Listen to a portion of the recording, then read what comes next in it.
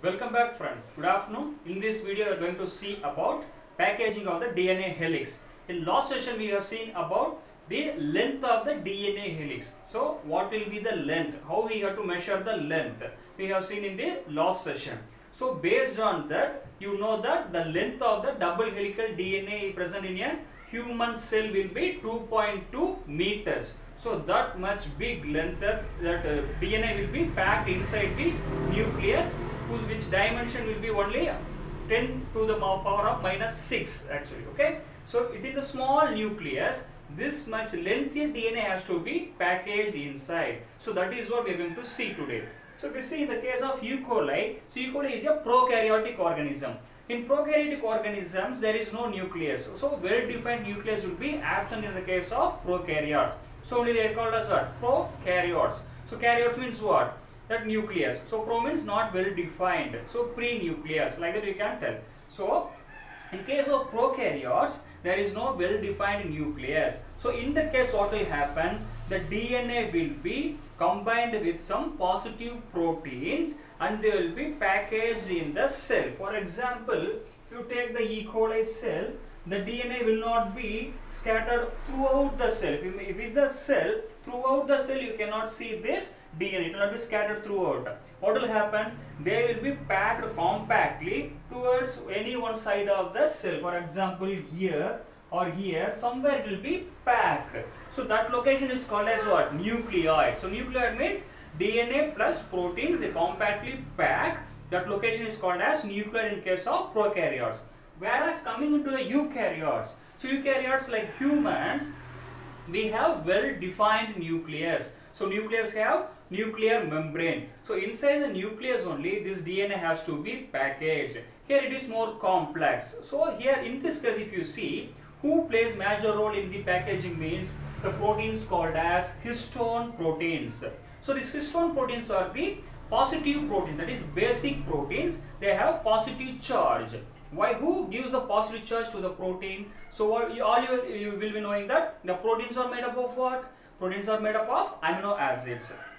So many amino acids will be linked together to form protein molecule. So in that case, in histones is also made up of many amino acids. In those amino acids, it consists of major number of amino acids which are positive and basic. So in this case, they are lysine and arginine. In histone proteins, the number of amino acids lysine and arginine will be more in numbers. This lysine as well as arginine will be providing the positive charge because they carry positive charge in their side chains. So because of that only this histone protein attains positive charge. So in examination they will be asking who gives positive charge to these histones. So you have to mention that lysine and arginine, these two basic amino acids provides positive charge to these histone proteins. So histones are positive. Now coming to the DNA. So what will be the charge of the DNA? So DNA charge will be negative charge. So who will be giving this negative charge to the DNA? So if you recall the structure of the double helical structure, the DNA, you will be knowing that. You see which is the backbone of the double helix? Yes, that is sugar plus phosphate. So sugar and phosphate combine together to form the backbone. If you see, it is a double stranded DNA like ladder will be having. So in the side it is called as backbone. They consist of phosphate as well as sugar. So phosphate will be present throughout the helical structure. So in the sides will be having what? Phosphate groups. So if you deeply look into the structure of the phosphate group, you can see one side O minus will be there. So you can see here O minus and O minus will be there. So what will happen? Throughout the length of the DNA, in the sides will be having what? That O minus. So phosphate group will be providing what? Negative charge. So because of this phosphate group only, DNA attains negative charge. So these two things you have to keep in mind. Who gives negative charge to the DNA? Phosphate group. Who gives positive charge to these histones? This lysine as well as arginine. So this is the major content. Usually what will happen? Positive will be attracting negative. So this is what happening here. Here what happens? This DNA will be attracted towards the positive proteins. There they will be wrapped around them. So compactly packed. For example, I will show you here. You can see, imagine this as a cell, okay. So inside the cell you can see the red color, which is called as nucleus. Okay, if you take the nucleus outside, you can see, so you are taking the nucleus. So the dimension of the nucleus, as I said in the last class, it is 10 to the power of minus 6 meters. So the dimension is very less, whereas the length of the DNA is 2 meters. So inside the nucleus only, you can see, if you open the nucleus, nuclear membrane, you can see here the length of the DNA. See here. So this is the length of the DNA. So this much lengthier DNA is packed inside the nucleus. How? With the help of the proteins called as histone proteins. So how they are packed, I will be explaining now. So you can see here. See, this is the structure. This is called as histone octamer. What do you mean octo? Octo means 8.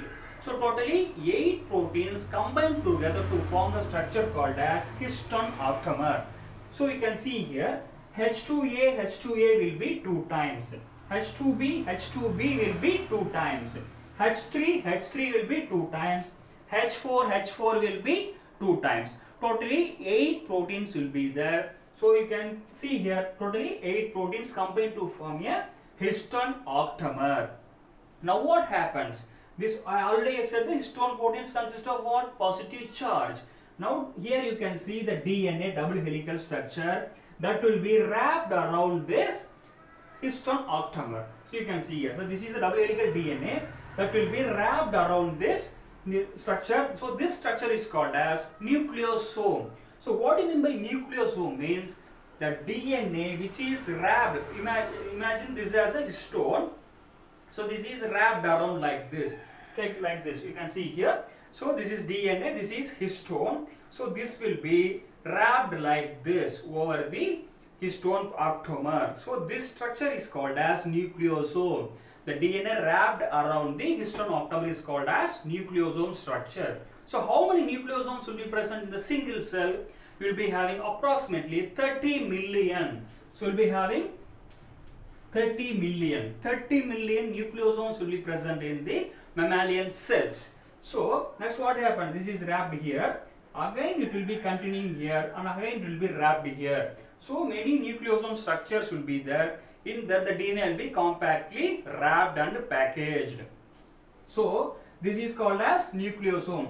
So how many base pairs will be there? You can see here, while wrapping it will be containing approximately 146 base pairs. Approximate value only, it may be varying, okay, but plus or minus 10 it will be. So 146 base pairs will be present. It will be wrapping around this octamer structure. So again this DNA helical structure, after wrapping here, that will continue this side. Again it will continue. Again it will wrap around the next octamer. Again it will wrap around the next octamer. You can see here. So imagine this as a single nucleosome, second nucleosome, third nucleosome. Like this, you will be having 30 million nucleosomes. So the DNA will be wrapped here, again wrapping, it will be going like this. If you see the structure, you can see like a beads on the ring structure. So when the beads are in the ring string, you can see that is a beads on the string you will be getting. So that is the beads on the string model of this nucleosomes.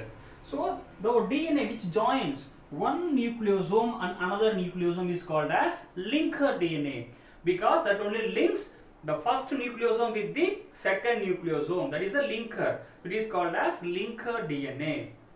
So in this location you can see another one protein, that is also histone protein, that is H1 histone protein. You can see here, this is one nucleosome, this is second nucleosome.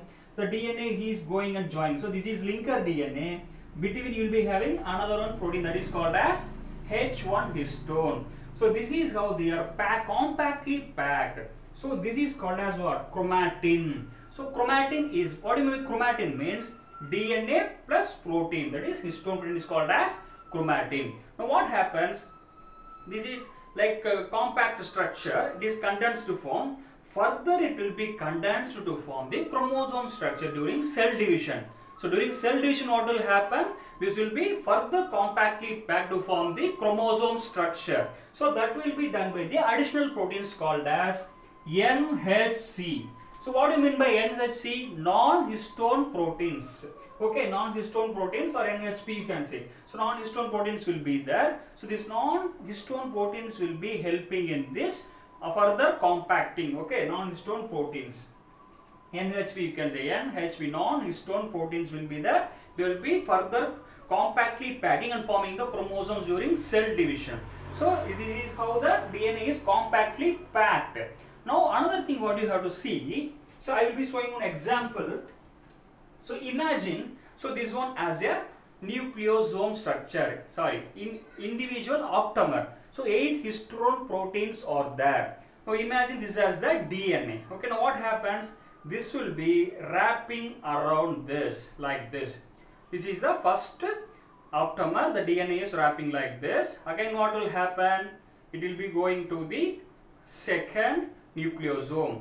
Again, you can see this will be going and wrapping around the second nucleosome. So this is the second nucleosome. So this is the second one. Again, what happens? The next octamer will be there. The next octamer, again it will be wrapping like this. Okay, it will be going on like this. So this will be the first octamer, second octamer and third octamer. So what happens? So this DNA plus octamer is called as nucleosome. Nucleosome, another nucleosome. It will be going like this. If you see, it will be like, I have given this shape, different shape, but it will be in round shape. So when you will be visualizing under the electron microscope, it looks like a beads on a string. So the DNA which links the first nucleosome and the second nucleosome is called as linker DNA. In the linker DNA, another one histone will be there. You can see the linker DNA will be having another histone. This is called as what? H1 histone protein. So this is how it is compactly packed and placed inside the nucleus, or else it is very difficult. Okay, the next thing is you have to see about the chromatin. There are two types of chromatin. One is called as heterochromatin, another is called as euchromatin. What do you mean euchromatin? What do you mean heterochromatin? So U means in the name you can find. That is, U means what? True. Here what happens? Only this euchromatin is transcriptionally active. They only can transcribe and they can form RNA, from RNA to protein or enzyme or hormone. So this euchromatin can be expressed as a protein molecule, expressed as a character, whereas heterochromatin cannot be expressed as a character. They will not be transcriptionally active. They is transcriptionally inactive. Why it is so? If you take euchromatin, they are very loosely packed, whereas heterochromatin is tightly packed. You see, example, imagine this is DNA. It is somewhat free, loosely packed. It is expressible. Whereas if it is like this, it is tightly packed. It cannot be expressed. Why means? Whenever it has to be expressed, so enzymes has to act on the DNA. They have to read the sequence. Then only it can be converted into RNA and protein. When it is loosely packed, the enzymes can easily go and act on them. They can be expressed. When it is compactly packed, the enzymes cannot go and interact there, so it cannot be expressed at all. So that is the reason. So you can see here, imagine, so it is tightly packed. Imagine it as a thread which will be used for stitching the cloth. When it is compactly packed like this, it cannot be used for stitching. When it comes freely like this, then only this thread can be used for stitching. So similar thing only, when it is compactly packed, it will not be expressed. Okay, when it is free, then only it can be expressed. So that is the difference between this euchromatin and heterochromatin. And another thing is, this euchromatin will be lightly stained. What will be lightly stained? Because it is very free. So when you are viewing under microscope with adding some stains, it will be lightly stained. Under microscope, the stains, it will be taking the stains very less. So under the microscope, it will be lightly stained. Light color will be there. Whereas heterochromatin is compactly packed, so it uptakes what? More number of stain. Okay, so huge amount of stain it will be uptaking. It looks brighter and darker. It will be more dark. Okay, the heterochromatin looks very darker under the microscope, whereas euchromatin looks very lighter. So that is the reason why it is light dark, why it is light. Okay, so this is all about how the DNA is packaged inside the nucleus of the cell. In the upcoming sessions, we will be discussing about this replication in detail. Thank you friends, thank you for watching this video.